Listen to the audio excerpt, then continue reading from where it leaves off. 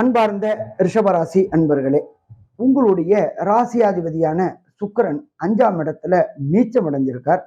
5ஆம் இடத்துக்கு உண்டான புத பகவான் சுக்கிரனுடைய இன்னொரு வீடான துலாத்துல உட்கார்ந்துருக்கிறார். அப்படி பார்த்தாக்க இது வேறு பரிவர்த்தனை யோகம் அப்படின்னு பேரு.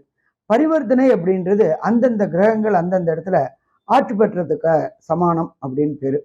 அப்ப ராசிநாதனான சுக்கிரன் ராசிக்கு 5லேயும் புதன் 6லையும் பரிவர்த்தனை யோகம் பெற்றிருக்கிறதுனால இந்த ரிஷபராசியை சேர்ந்த அன்பர்களுக்கு நீண்ட நாட்களாக திருமணமாகி வம்சம் விருத்தி கிடைக்காதவங்களுக்கு வம்சம் விருத்தி கிடைக்கக்கூடிய வாய்ப்புகள் உண்டு.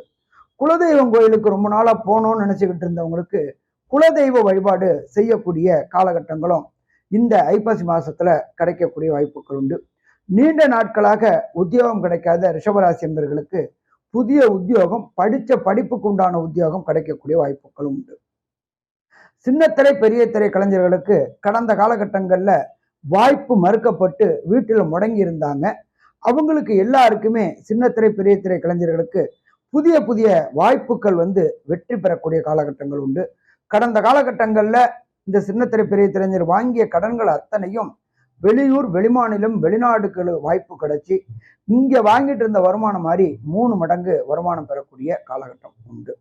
இதை தவிர பார்த்தோம்னாக்க ரிஷபராசியை சேர்ந்த வேலை செய்யக்கூடியவங்களுக்கு உத்தியோகத்துல ப்ரமோஷன் கிடைக்கக்கூடிய வாய்ப்புகள் உண்டு. படிக்கக்கூடிய மாணவர்களுக்கு இந்த காலகட்டங்கள்ல வெளியூர், வெளிமாநிலம், வெளிநாடு போய் படிக்கணும்னு முயற்சி செஞ்சுட்டு இருந்தவங்களுக்கு வெளியூர், வெளிமாநிலம் படிப்பு கிடைக்கக்கூடிய வாய்ப்புகள் உண்டு. அதற்கு உண்டான PR, visa, citizenship, green card முயற்சி பண்ணிக்கிட்டு இருக்கிற ரிஷபராசி என்பவர்களுக்கு கண்டிப்பா அதற்குண்டான வாய்ப்பு கிடைக்குமா? அதற்குண்டான வாய்ப்பும் கிடைக்கும்.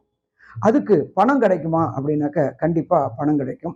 3ஆம் இடமான முயற்சி ஸ்தானத்துல குரு பகவான் உச்சம் பெற்றிருக்கிறார். கேட்ட இடத்துல பணத்தை அள்ளி தருவாரா? அள்ளி தருவார்.